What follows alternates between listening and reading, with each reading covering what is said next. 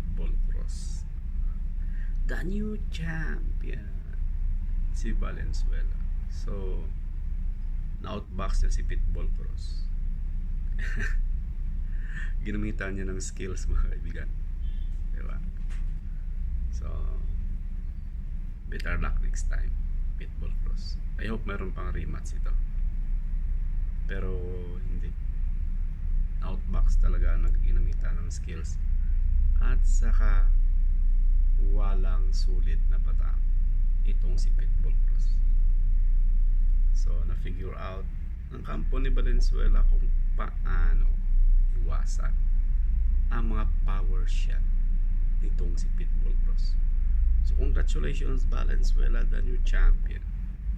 Sana may rematch ito, mga kaibigan, para mapanood natin ang kanilang muling back